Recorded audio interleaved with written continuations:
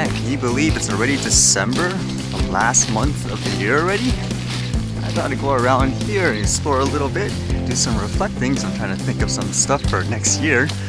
Actually, I've been to this area before, and the person actually told me there was a lot of interesting spots, so I figured, okay, have some time today. The buses here seem so confusing to me. There's no actual bus stop signs. People are just standing at the end of the blocks and they're getting in.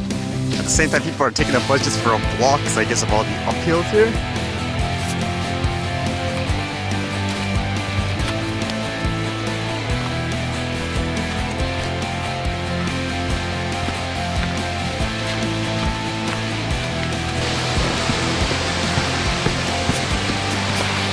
It's pretty much a full-on hike. Hope the views are worth it.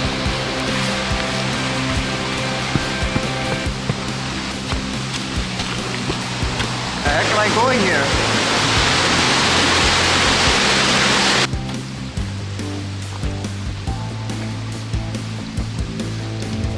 Where should I go?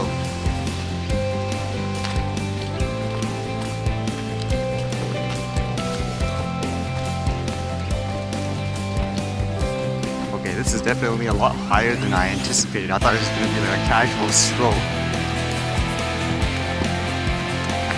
This little tidbit today where apparently in India you can now officially register your drones and there's an actual site for it.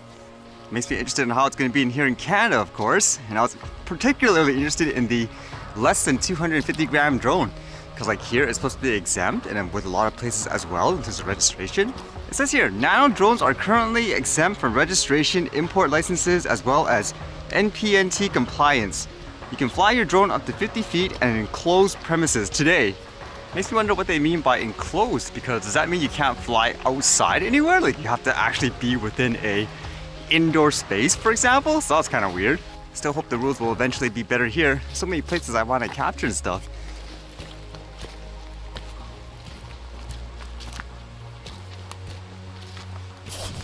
Is that literally a vehicle that's just been left here? Actually, funny enough, I'm so much higher here, but it's less misty. I wonder if that means I can get like a cool shot where all the mist is going to be below me.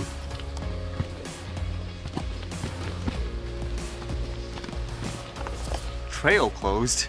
Oh, you're really forcing me to go up today.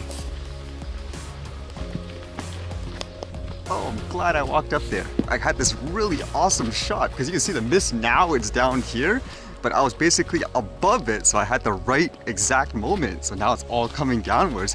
Kind of makes you feel like you're higher than you really are. It's a really cool effect.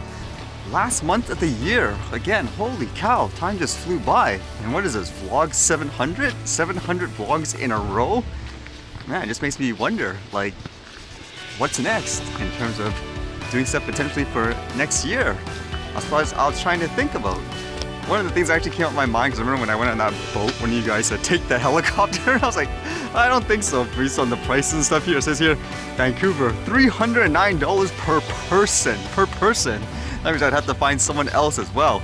It kind of crossed my mind a bit, like, for stuff like this, would people actually be interested if I visit stuff like this, if I have some kind of crowdfunding or something like that? So I thought that would be an interesting thought just for anyone who wants to chime in, because it'd be interesting. Like for a lot of you guys, you've been following me for quite a while. And it makes me wonder, like for stuff like those Patreons and stuff like that, do you view it as a good way, like for a person like myself to potentially do more things like that? Because I personally viewed it more like those things as like tipping, kind of like what you see like a street art vendor. You're basically paying like the artist because you're entertained, and it's a way for them to basically survive while they're doing the things you enjoy. At the same time, I don't want it to become kind of a situation where you're going to do things that you don't necessarily enjoy, but people are going to force you to do that. Does that make sense?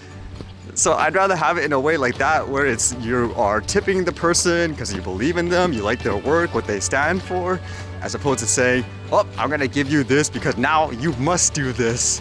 Just thinking, what would be the best way to organize that? Because I know for things like Patreons, they usually ask for people like, what do you want your rewards to be? Like there, like what would the reward be in that sense?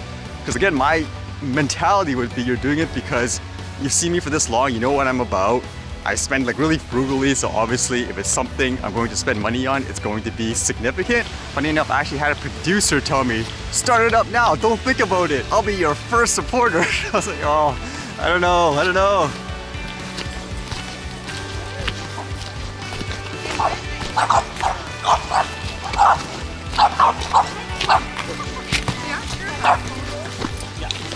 Look out. That's what we're trying to get back to. Oh, okay. Are we close? I'm sorry. Yeah. You didn't have dogs.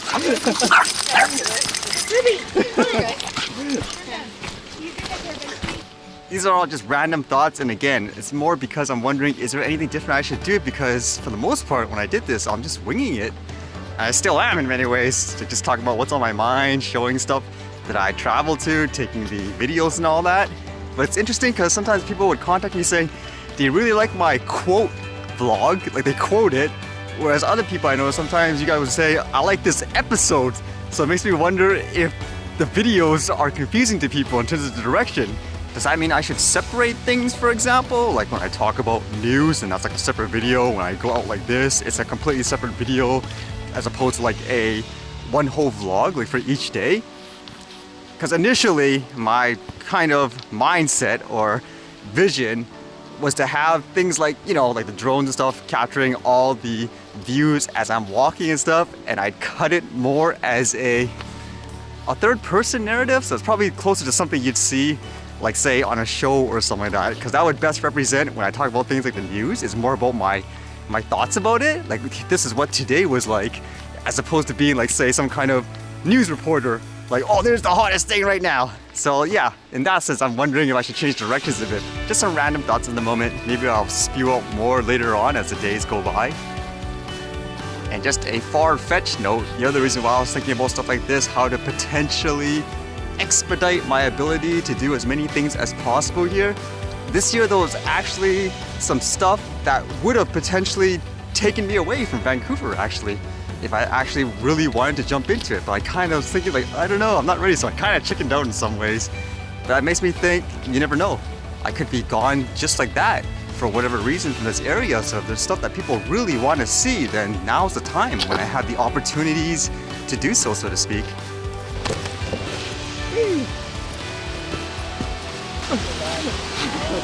All good.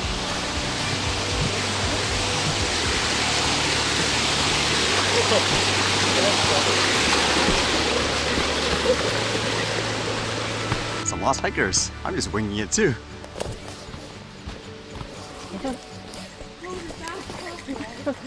They look like they know where they're going. I actually didn't know you could walk it. That's why I wanted to try it. Yeah, it's awesome. Yeah. You're covered by the forest. Have you been to any snow yet? No snow yet. Actually, once we got to the very top, we saw a little bit of snow. Okay. Yeah. Woo! Okay, I guess it's this way, right? Yeah. How did I end up here, huh? Would you believe I forgot to pack the USB cord for my thermal camera, so I can't use that here?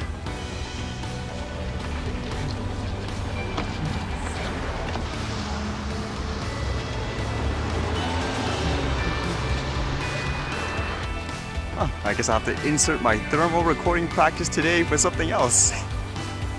Okay, I wanted to do this for fun before, so I figured why not, since I forgot it during the hike.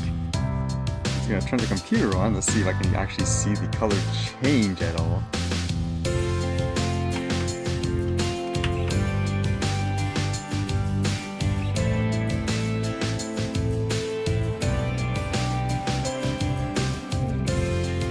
Well, kind of cool. You can see it turn blue, that means it got colder because of the fan.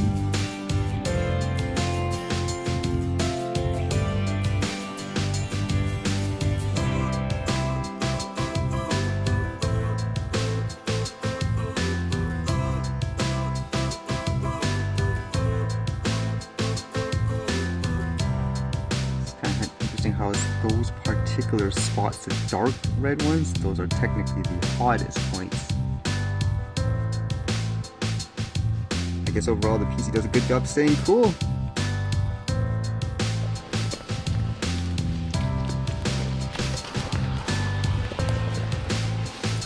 interesting parking spot. Is it just I have so much room? It's my property anyways.